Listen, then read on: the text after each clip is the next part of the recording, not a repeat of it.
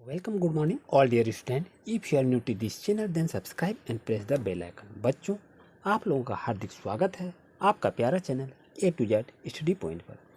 मैं प्रदीप सर, आज हम क्लास लेके आए हुए हैं, प्रश्नावली 1.5 का अध्ययन कर रहे हैं और ये क्लास 9th का है। तो देखिए क्या कह रहा है बच्चों कि बताइए नीचे दी गई संख्याओं में कौन कौन परिमेय है और कौन कौन अपरिमेय संख्या है। तो यहाँ पर जो दिखाई दे रहा है, एक में है 2 - √5 और 2 नंबर में है 3 + √23 - √23। तो यहाँ देखिए 1 नंबर, 2 नंबर, 3 नंबर, 4 नंबर और 5 नंबर क्वेश्चन दिखाई दे रहा है। तो इस क्वेश्चन में से आपको चुनना है कि कौन सी हिसाब आपका परिमेय संख्या है और कौन सा अपरिमेय है। चलिए इसको अच्छी तरह से देखते हैं। यहाँ देख रहे हैं 1 नंबर में 2 - √5। तो ये जब देख रहे हैं ये आपका क्या है, अपरिमेय संख्या है और ये आपका क्या है, परिमेय है। लेकिन परिमेय और अपरिमेय रहे तो ये संख्या आपका क्या करेंगे, तो ये आपका इंडिकेट करेगा ये अपरिमेय संख्या है। तो इसको क्या पहचान कर रहे हैं हम, अपरिमेय संख्या है। तो इसको लिखेंगे अपरिमेय संख्या है। तो चलिए आइए अब 2 नंबर को देखते हैं। आपको लिखना है कि यह परिमेय है या अपरिमेय है, यही इसमें लिखना है और यही चुनने के लिए कह रहा है। अब यहाँ देखते हैं 3 + √23 - √23। तो इसको जब हल करते हैं ये परिमेय है या अपरिमेय है, इसको समझना चाहिए पहले। तो इसको बनाएंगे या हल करते हैं। 3 + यहाँ पर √23 है तो √23 लिखे, ये ब्रैकेट खत्म हो गया। अब यह माइनस है तो माइनस यहाँ √23 लिखेंगे। अब ये √23 और ये √23 यहाँ पर आ गया। अब देखिए ये प्लस √23 इसका है और -23 इसका रूट में है। तो ये क्या होगा, दोनों कैंसिल हो जाएगा, दोनों कट जाएगा। दोनों कट जाने के बाद ये 3 आ गया। तो 3 को हम 3/1 के रूप में लिख सकते हैं। तो ये आपका क्या हो गया, परिमेय संख्या को हम P/Q यानी परिमेय संख्या को P/Q के रूप में हम लिख सकते हैं। तो देखिए 3/1 को हम परिमेय संख्या के रूप में लिखे, P/Q के रूप में लिखे, इसलिए हम इसमें क्या लिखेंगे, 2 नंबर आपका क्या हो गया, ये परिमेय संख्या। आपको कुछ नहीं करना, यही ध्यान रखना है। यानी परिमेय संख्या को हम P/Q के रूप में लिख सकते हैं और परिमेय संख्या को P/Q के रूप में हम नहीं लिख सकते हैं। इसलिए आपका आंसर 2 नंबर का क्या हो गया, परिमेय संख्या। आइए चलिए देखते हैं अब 3 नंबर क्वेश्चन। 3 नंबर क्वेश्चन में क्या कर रहा है, 2√7 है और 7√7 है। तो यहाँ अधिकतर देखें क्या समझते हैं इससे। तो यहाँ पहले हल कर लेते हैं, समझते हैं आखिर ये परिमेय होगा या अपरिमेय होगा। तो इसको जब भी हम बनाते हैं यहाँ लिखेंगे 2√7/7√7। तो ये देखिए आपका क्या होता है, ये √7 और ये √7 ये कट जाएगा बच्चों। अब देखिए आपके पास क्या बचा, 2/7। तो 2/7 जो बचा ये हम क्या P/Q के रूप में नहीं हुआ, ये P/Q के रूप में हो गया। तो इसका आंसर क्या होगा, ये परिमेय संख्या है। इसी को लिखेंगे परिमेय संख्या।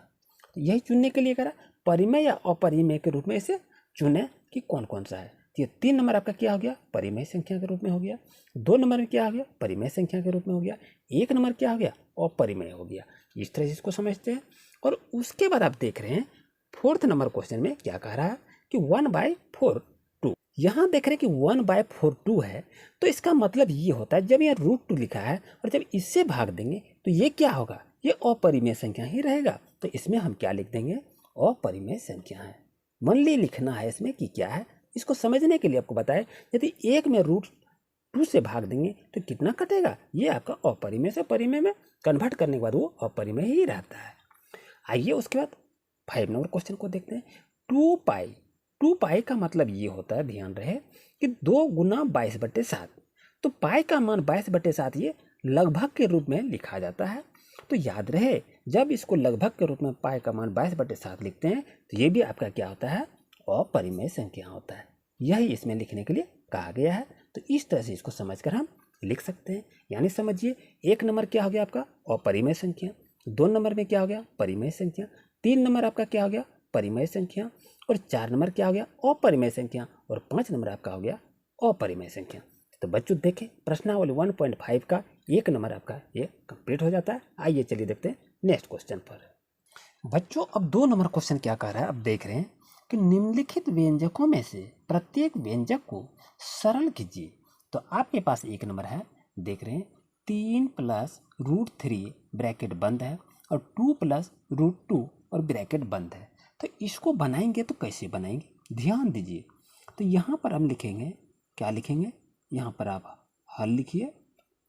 हल लिखने के बाद आप यहाँ क्या करेंगे, ये पहली संख्या जो है, ये पहली संख्या को, ये पहली संख्या और दूसरी संख्या से इसको क्या करेंगे, गुना करेंगे। तो 3 को 2 से गुना करेंगे तो कितना होगा, 3 को 2 से गुना करेंगे तो कितना होगा, 6 होगा। और यहाँ प्लस है तो यहाँ हम प्लस लिखेंगे। और उसके बाद क्या करेंगे, 3 और रूट 2 है तो यहाँ क्या करेंगे, तो आपका हो जाएगा 3 रूट 2 हो जाएगा। ये आपका 3 रूट 2 हो गया, क्योंकि 3 और 2 को गुना किए तो 6 हो गया, और 3 और रूट 2 को गुना किए तो कितना हो गया, 3 रूट 2 हो गया आपका, ये हो गया। अब हमको क्या करना, प्लस का चिन्ह है तो यहाँ प्लस का चिन्ह देंगे। और अब हम क्या करेंगे, ध्यान दीजिए, ये 2 और रूट 3 जो है, अब इसको हमको क्या करना है, गुना करना है। तो कैसे गुना करेंगे, तो गुना करेंगे ऐसे, 2 और रूट 3 है, क्या होगा, 2 रूट 3 हो जाएगा। उसके बाद क्या होगा, ये रूट 3 और रूट 2 को आप गुना करना है, दोनों को गुना करना है। तो कितना होगा, रूट 2 और रूट 3 क्या हो जाता है, अब याद रहे, अब जान रहे हैं, तो रूट में है तो रूट ही होगा, लेकिन होगा क्या, 2 और 3 को गुना करेंगे तो 6 हो जाएगा। तो आपका क्या हो गया, तो 6 plus 3 root 2 plus 2 root 3 plus root 6 जो आंसर हो गया, ये आपका आंसर हो गया। अब आइए चलते नेक्स्ट क्वेश्चन पर, देख रहे हैं नेक्स्ट क्वेश्चन आपका क्या है, देख रहे हैं यहाँ आपका 3 प्लस रूट 3 और ब्रैकेट में है 3 माइनस रूट 3। तो ध्यान दीजिए, यहाँ पर इसको हल हमको करना है, तो कैसे हल करेंगे, क्या ये कोई सूत्र पर बैठा हुआ, कोई सूत्र पर अगर बैठा है तो उस सूत्र को हम फॉलो करेंगे। तो यहाँ पर देखते हैं a प्लस बी और a माइनस बी, ये सूत्र इसका फॉलो होता है। ध्यान देंगे यहाँ क्या है, a माइनस बी, यहाँ प्लस है तो a प्लस बी, और यहाँ क्या है, a minus B equal to क्या होता है, आप जान रहे हैं, A square minus B square. जब ये A square minus B square होता है और ये आपका सूत्र है, तो ए प्लस बी हो गया, तो ए प्लस बी आपका ये हो गया, और ए माइनस बी है तो ए माइनस बी आपका ये हो गया। तो सूत्र क्या हो गया, ए स्क्वायर माइनस बी स्क्वायर। तब ए का वैल्यू हम मान लेते हैं, ए क्या मानेंगे, 3 है आपका यहाँ, तो ए बराबर 3 मान लिए। बी मानना है तो बी का मान क्या होगा, बी का मान रूट 3 होगा। यहाँ तक आपको कोई दिक्कत नहीं होनी चाहिए, बात को समझिए अच्छी तरह से। ए प्लस बी, ये पूरा ए प्लस बी हो गया, ए माइनस बी, ये आपका ए माइनस बी हो गया। अब हमको क्या करना, ए स्क्वायर माइनस बी स्क्वायर सूत्र होता है, तो ए बराबर हम 3 माने, यहाँ आपका ए 3 है, ये भी 3 है, तो दोनों को क्या किए, ए बराबर 3 हो गया। बी का मान कितना है, ये बी का हो गया, तो कितना है, रूट 3 है, तो वही रूट 3 लिखे। अब इस सूत्र पर हम बैठा देते हैं। अब इस सूत्र पर जब बैठाते हैं तो क्या होता है, ध्यान दीजिए, ए का मान क्या होता है, 3 है, तो यहाँ पर लिखेंगे आप 3 स्क्वायर हो गया, माइनस बी का मान रूट 3 है, तो यहाँ पर लिखिए रूट 3 स्क्वायर हो गया। अब क्या करेंगे बच्चों, ध्यान दीजिए, 3 को स्क्वायर है तो 3 तिया 9 हो जाएगा, और माइनस यहाँ रूट 3 है तो रूट 3 गुना रूट 3 क्या होता है, 3 हो जाता है। तो आंसर आपका क्या होगा, 9 में 3 को घटाएंगे तो क्या होगा, 6 हो जाएगा। यही आपका आंसर हो गया, कोई दिक्कत नहीं है, बहुत ही अच्छी ढंग से बता दिए कि कहीं भी कोई प्रॉब्लम आपको नहीं होनी चाहिए। आइए चलिए देखते हैं अब 3 नंबर क्वेश्चन। 3 नंबर क्वेश्चन क्या कर रहा है, आप देख रहे हैं, रूट 5 प्लस रूट 2 पर क्या है आपका स्क्वायर है, तो इसको आखिर बनाएंगे तो कैसे बनाएंगे, क्या कोई नियम, कोई सूत्र, कोई फॉर्मूला इस पर लागू है। हाँ, फार्मूला लागू है। कौन सा फार्मूला लागू है, चलिए इसको देख लीजिए।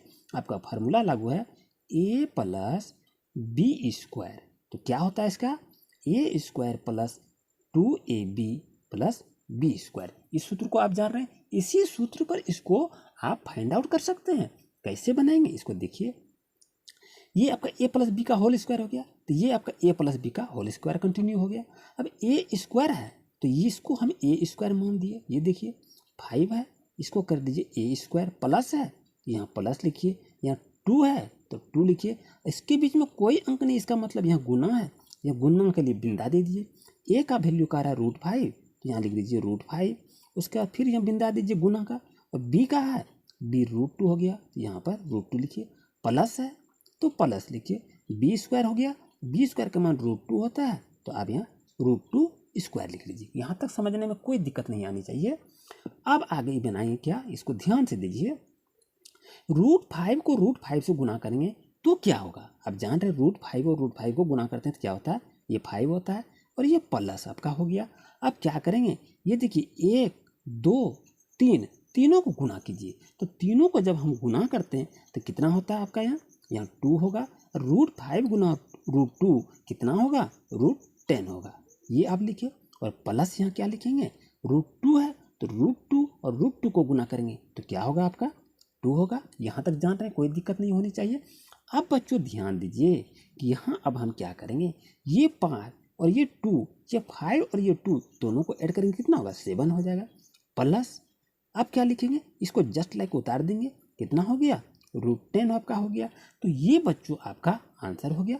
इस तरह से इसको बनाएंगे, कहीं भी कोई प्रॉब्लम नहीं होनी चाहिए। आइए चलिए देखते हैं fourth number question. Fourth number question में क्या करा, ध्यान से देखें, समझें और लाभ उठाएं। अगर आप हमारे चैनल पर नए हैं अभी सब्सक्राइब कर सकते हैं और बेल आइकन की नोटिफिकेशन को ऑन कर सकते हैं। आइए फोर्थ नंबर क्वेश्चन को ध्यान से देखते हैं। अब फोर्थ नंबर को जब हम सॉल्यूशन करेंगे बच्चों तो क्या करेंगे, अच्छी तरह से ध्यान से देखिए, समझिए। यहाँ √5 माइनस √2 है, ब्रैकेट बंद है, √5 प्लस √2 है और उसके बाद अब देखिए √5 और √5 है। तो दोनों को हम क्या करेंगे, इसको हमें स्क्वायर कर लेंगे, क्योंकि यहाँ गुना कह रहा है तो गुना में क्या आता है, √5 और √5 को गुना करते हैं। इसको हम अच्छी तरह से देख लीजिए, इसको मानेंगे a माइनस बी मानते हैं और इसको मानते हैं a प्लस बी मानते हैं। ये आपका हो गया। अब जब इसको मानते हैं तो यहाँ पर हम क्या माने, a माइनस बी हो गया और उसके बाद क्या कहें, a प्लस बी हो गया। तो ये क्या हो गया, equal to a² minus B square. ये आपका फॉर्मूला पर लागू होता है और इसी फॉर्मूला पर हम सेट करेंगे। अब देखिए a² हो गया तो a² क्या हो गया, √5 और ये √5 आपका हो गया। तो इसको क्या करेंगे, तो ये आपका क्या हो गया, ये स्क्वायर में हो गया। अब यहाँ क्या करें, माइनस, तो माइनस लिखेंगे। √2 है, यहाँ पर क्या लिखेंगे, √2 लिख देंगे। ये हो गया, कहीं भी कोई दिक्कत नहीं होनी चाहिए समझने में। अब आइए बच्चों ध्यान से देखिए कि √5 और √5 है तो दोनों को जब गुना करते हैं तो क्या होता है, ध्यान से अच्छी तरह से देखिए। √5 और √5 को जब गुना करते हैं तो आपका क्या होता है, 5 हो जाता है।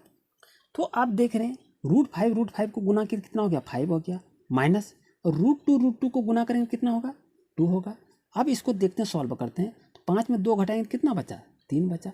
यही तो आपका आंसर हो गया, कहीं भी समझने में कोई दिक्कत नहीं होनी चाहिए। अब बच्चों 3 नंबर क्वेश्चन को देख रहे हैं, क्या कह रहा है कि आपको याद होगा कि पाई को एक वृत्त की परिधि और उसके व्यास के अनुपात से परिभाषित किया जाता है, अर्थात पाई इक्वल टू c/d है। और यह तथ्य का अंतर विरोध करता हुआ प्रतीत होता है कि पाई अपरिमेय है। तो इस अंतर विरोध का निराकरण आप किस प्रकार करेंगे। अब यह 3 नंबर क्वेश्चन का आंसर आपको बता रहे हैं। तो इसको समझने के लिए बच्चों क्या करते हैं, एक वृत्त ले लेते हैं। ये देख रहे हैं आपका एक वृत्त का निर्माण किया और इसी से हमको समझना है। तो और यहाँ आप देख रहे हैं इसके मिडिल में ये क्या होता है, ये डायमीटर होता है, जिसको हम व्यास के नाम से भी जानते हैं। ये आपका व्यास हो गया और ये आपका क्या है, सी हो गया। तो अब इसको जब भी हम बनाएंगे तो कैसे बनाएंगे, तो इसको समझिए कि पाई का मान क्या कहा आपका, पाई का मान कहा पाई इक्वल टू c/d अंतर विरोध करता है। यही हमको जांच करना है, कैसे इसको करेंगे। तो हम जान रहे हैं कि पाई का मान 22/7 होता है और 22/7 क्या है, अपरिमेय संख्या है, जबकि c/d इसके अंतर विरोध, ये विरोध में है। तो इसको हम क्या लिख सकते हैं, यह अपरिमेय संख्या आपका हो गया। तो यहाँ पर लिखेंगे कि अपरिमेय संख्या आपका है। तो अपरिमेय संख्या कैसे है, तो इसको हमको रीजन भी लिखना है।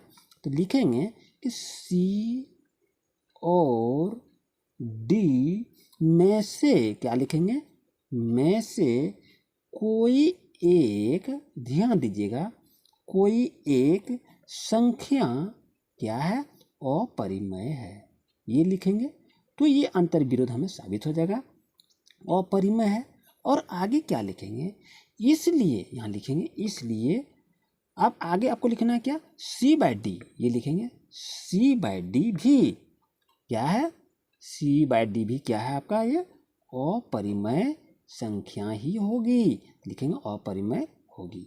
ये आपका हो गया, यही आपको लिखना था, कुछ नहीं करना था। ये बहुत ही सिंपल वो साधारण ढंग से आपको बताए, ये समझने के लिए बताइए ये आपका क्या है, ये आपका वृत्त है, ये आपका डायमीटर डी हो गया और सी कोई बिंदु बाहर से लिया गया। तो pi equal C by D अंतर विरोध करता है, तो लिखेंगे अपरिमेय। यह संख्या आपका हो गया, तो सी और डी में से कोई एक संख्या अपरिमेय है, इसलिए सी बाई डी भी अपरिमेय होगी, इसलिए ये अंतर विरोध को ये प्रदर्शित करता है। उम्मीद है बच्चों आज का क्लास आपके लिए काफ़ी यूजफुल रहा होगा।